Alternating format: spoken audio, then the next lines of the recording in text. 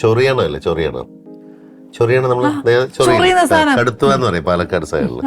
എവിടെ എനിക്ക് ചൊറിയണം കണ്ടിട്ടില്ല? ചൊറിയുന്ന ഈ ഇല വരെ കുക്ക് ചെയ്യും. എന്റെ പൊന്നുമാണ് ചൊറിയാൻ തുടങ്ങിയാണല്ലോ ചൊറിയില്ല, അതായത് ഇത് ഭയങ്കര ഇഷ്ടമാണ് കഞ്ഞിവെള്ളത്തില് എത്ര പുരോഗമിച്ച അത് ഭയങ്കര മെഡിസിൻ പഠിച്ചു പഠിച്ച് ഇത്രയൊക്കെ ചൊറിയുടെ ആരും സൈഡിൽ കൂടെ പോലെ പോവുകയല്ല. ചൊറിയൊന്നും മേടിച്ചിട്ട് ഭയങ്കര ടേസ്റ്റാ.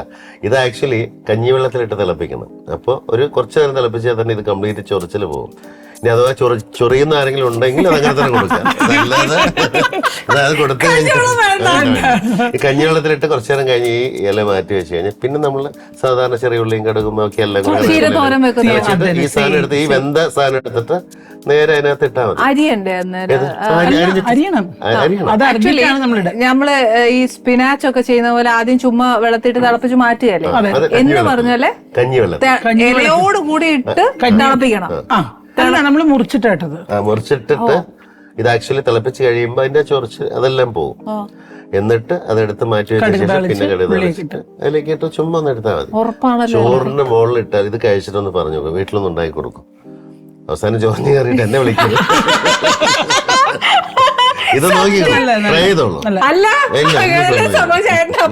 പരിപാടി ഇല്ലല്ലോ അല്ലേ? ട്രൈ ചെയ്തോളൂ പ്രിയപ്പെട്ട പ്രേക്ഷകരെ, ഇത് എന്റെ അല്ല, റെസിപ്പി ഇവിടുത്തെയാണ്. അതുകൊണ്ട് ട്രൈ ചെയ്തിട്ട് വീട്ടിൽ കയറി ചെന്ന് കാര്യം പറയാ. ഇത് ഫെയിലിയർ നിങ്ങൾ ഉണ്ടാക്കുന്നതിന് കുഴപ്പമായ ഫെയിലിയറാ. ഇങ്ങോട്ട് ചെറിയാൻ